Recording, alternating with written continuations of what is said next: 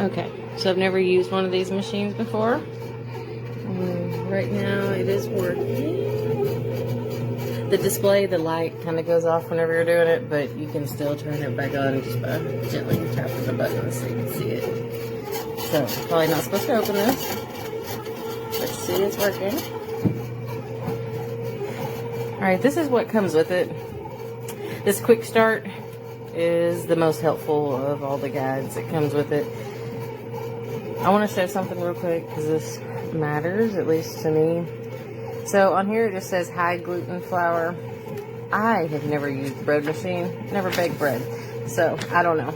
But I want to show you because the recipe book over here calls for the bread flour, and then also you have to use gluten. So I looked up what that should be, and I guess it's the vital wheat gluten. I don't know. Maybe y'all are smarter than I am. Can't figure out why you need both. Can't figure out why in this recipe book here, everything pretty much calls for either non-fat dry milk or it calls for dry buttermilk flour. Honestly, that really doesn't make much sense to me. But again, I'm not a baker, so maybe once I get better at this, I'll see why it calls for that.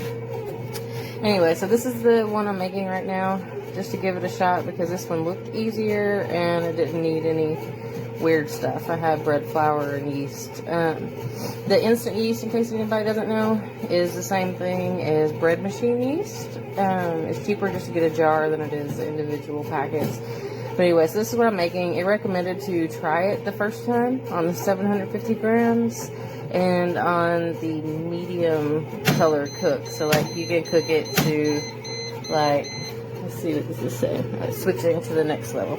Anyway, it says that you can cook it like light, medium, or dark. And it says to try it on the medium the first time just to see what it does. So anyway, I'm going to let y'all know how that goes. This manual's okay also. They really do go into a lot of detail. Oh, this. Let me show you this real quick. So, right here, it says 2/3 spoon. It doesn't say what kind of spoon. It just says 2/3 of a spoon. So, I figured it out that... Let me find the spoon. Alright, so it comes with this little cup. When it says 2/3 a spoon, it's talking about this teaspoon. And I'm guessing it's a little bit above this halfway line. So, probably about right there would be about 2/3 of a spoon. It does not mean the tablespoon side.